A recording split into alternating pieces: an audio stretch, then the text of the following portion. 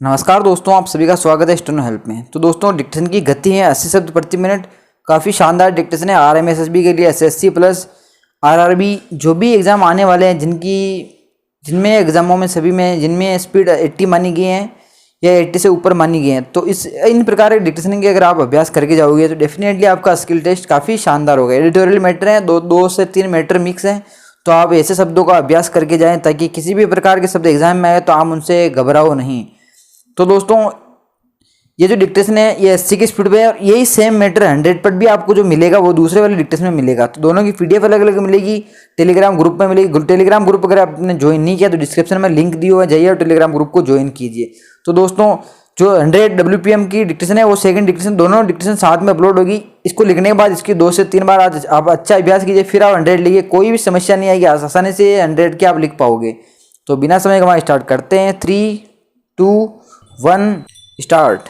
भारत में पहले कम संख्या में ही लोग घर से काम यानी वर्क फ्रॉम होम करते थे, लेकिन कोरोना काल में इसका चलन बढ़ा है विराम।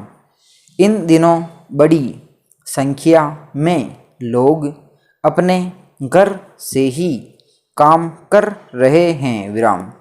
महिलाएं भी इससे अछूती नहीं हैं विराम। उन्हें भी वर्क फ्रॉम होम करना पड़ा है, लेकिन इस दौरान उनके साथ प्रत्यक्ष और अप्रत्यक्ष वर्चुअल यौन उत्पीड़न के मामले भी सामने आ रहे हैं विराम।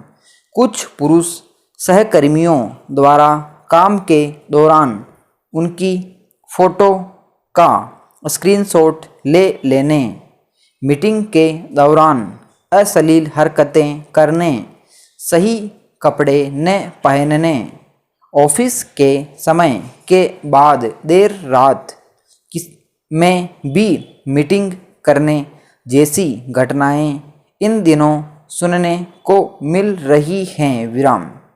पैरा, अगर वर्क फ्रॉम होम करने वाली किसी महिलाओं के साथ इस तरह की कोई घटना होती है तो वह देश में पहले से ही मौजूद कानून कार्यस्थल पर महिलाओं के साथ यौन उत्पीड़न ब्रैकेट रोकथाम निषेध और निवारण ब्रैकेट बंद अधिनियम 2013 के तहत शिकायत कर सकती है विराम। हालांकि कुछ महिलाओं के मन में यह सवाल उठ सकता है कि वे ऑफिस से नहीं घर से काम कर रही है, तो यह कानून इस स्थिति में कैसे लागू होगा विराम। तो हमें यह जानना होगा कि इस कानून में कार्यस्थल की परिभाषा को विस्तार दिया गया है विराम। उसके अनुसार वर्क फ्रॉम होम भी इसके दायरे में आता जाता है विराम। पैरा, दरअसल देश में कार्यस्थल पर लैंगिक उत्पीड़न को रोकने के लिए सर्वोच्च न्यायालय ने 13 अगस्त 1997 में दिशा निर्देश दिए थे, जिसे विशाखा गाइडलाइन कहा जाता है, पर इनमें तमाम कमियां थी विराम। सबसे बड़ी कमी यह थी कि यह कोई कानून नहीं था, जिसके कारण इसे मानना बाध्यकारी नहीं था विराम। इन्हीं कमियों को दूर करने और इसे कानून का रूप देने के लिए देश भर की महिला संगठनों ने वर्षों तक संघर्ष किया विराम। परिणाम स्वरूप 2013 में यह नया कानून अस्तित्व में आया विराम। इसके अंतर्गत कर्मचारी और कार्यस्थल की परिभाषा को विस्तारित किया गया विराम।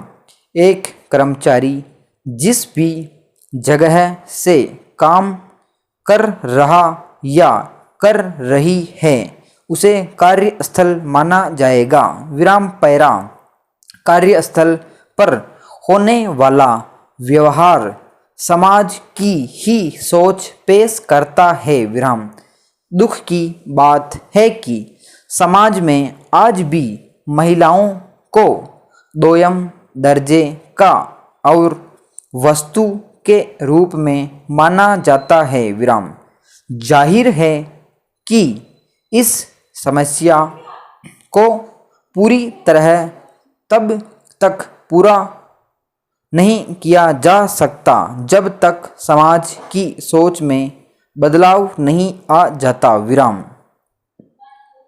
जब तक पुरुषों में महिलाओं के प्रति सम्मान का भाव नहीं आएगा, उसे वे व्यवहार में नहीं लाएंगे, तब तक कोई भी कानून 100% प्रभावी नहीं हो सकेगा। विराम इसके लिए हमें अपने परिवार समाज के भेदभावपूर्ण ढांचे को भी बदलना होगा, जहां लड़कों की हर बात को सही और लड़कियों के हर कदम को संदेह की नज़रों से देखा जाता है। विराम तब जाकर लैंगिक उत्पीड़न की घटनाओं को खत्म किया जा सकता है। विराम पैरा संसार सुख और दुख दोनों को मिला जुला रूप है। विराम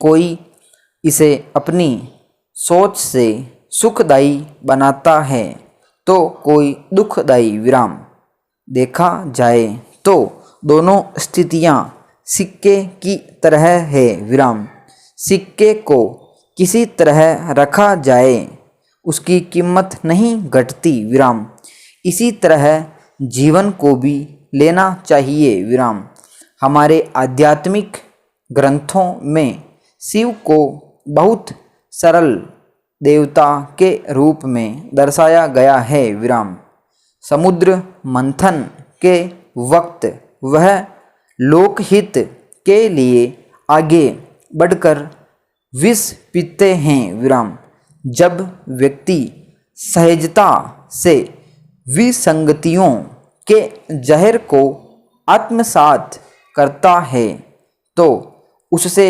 भयांक्रांत नहीं होता, और जब विपरीत हालात को सच में जहर मान लेता है तो वह घबरा जाता है। विराम विपरीतता प्रायः असफलता धोखे आदि से आती है। विराम यदि कोई छल छद्म करें, अप्रिय स्थिति उत्पन्न करे और उसे जहर की तरह पीने की स्थिति बन जाए, तब उस जहर को भगवान शंकर की तरह कंठ में ही रोक लेना चाहिए। विराम यदि जहर हृदय में उतरा तो मन शुद्ध होगा, बदला लेने का भाव जागृत होगा, जिससे अंततोगत्वा नुकसान उसी का होगा। विराम पैरा उस जहर का मस्तिष्क में भी नहीं आने देना चाहिए। विराम इससे भी क्रोध क्षोभ और अवसाद ही होगा। विराम भगवान शंकर इन्हीं कारणों से उसे कंठ में ही धारण करते हैं। विराम जीवन में जो भी प्राप्त हो रहा वह मनुष्य के प्रयत्न का परिणाम है। विराम इससे संतुष्ट होने की आदत डालनी चाहिए, न कि येन केन प्रकारेण अकुत उपलब्धि या संपत्ति का लालच करना चाहिए। विराम समाप्त। दोस्तों डिक्टेशन थी 8 मिनट 40 सेकंड की। आपको कैसी लगी कमेंट करके जरूर बताएं। डिक्टेशन को ट्रांसलेट जरूर करें, कितनी गलतियां आ रही कमेंट बॉक्स में बताएं। और इसके जो PDF है टेलीग्राम ग्रुप में आपको मिल जाएगी, तो वहाँ जाके आप इसको मिलान कर सकते हो। मिलते हैं नेक्स्ट वीडियो में। जय हिंद।